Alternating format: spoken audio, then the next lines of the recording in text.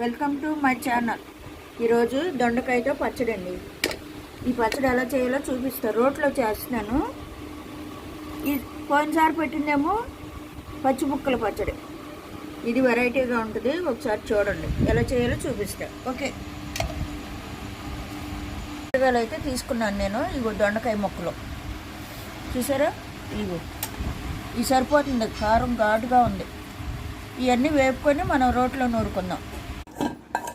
ఇదిగోండి, స్టవ్ మీద కళాయి పెట్టి స్టవ్ వెలిగించాను. కొంచెం ఆయిల్ వేసి ఇలా వేసుకోవాలి. ఆల్మోస్ట్ వేగిపోయినాయి. కొద్దిగా ఆయిల్ వేసాము.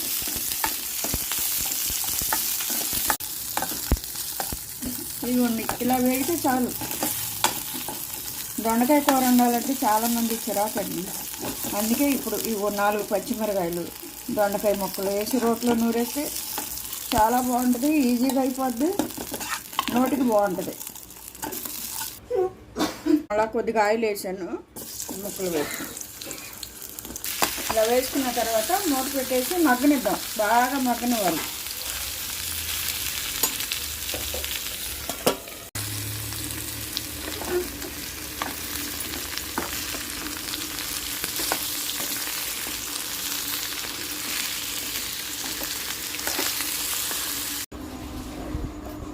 ఇదిగోండి, పచ్చట్లో కావాల్సిన పచ్చిమిరకాయలు వేపుకున్నాం కదా, వెల్లుల్లి, కొద్దిగా చింతపండు, జీలకర్ర, ఉప్పు.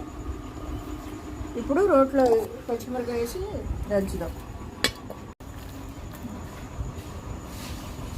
రోట్లో పచ్చిమిరకాయలు వేసి కొద్దిగా ఉప్పు.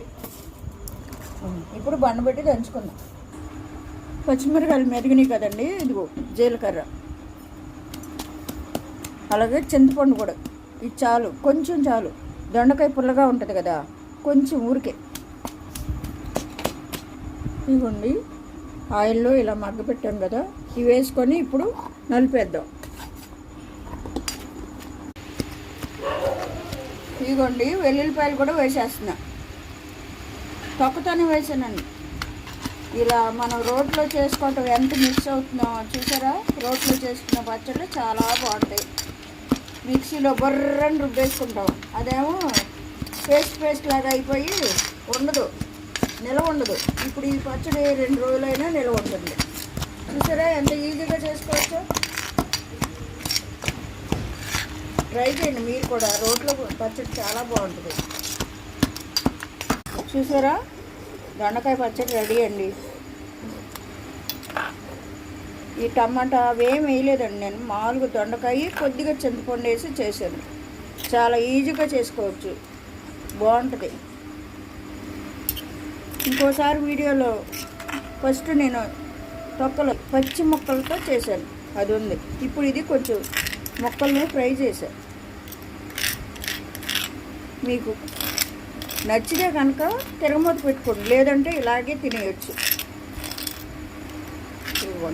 ఇవన్నీ ఒకవేళ ఈ పచ్చడి ఘాటుగా ఉందనుకోండి, ఇవన్నీ చిన్నగా కోసుకున్న ఉల్లిపాయ ముక్కలు ఇలా వేసుకొని మొత్తం కలయి పెట్టేసుకొని వేడి అన్నంలో తింటే చాలా బాగుంటుందండి. చూడండి, మీరు కూడా ట్రై చేయండి, నేను చెప్పను. అలాగే ఇదిగోండి, మా అమ్మాయి తిరగమూత కూడా పెట్టింది, వేసేస్తున్నా దీంట్లో.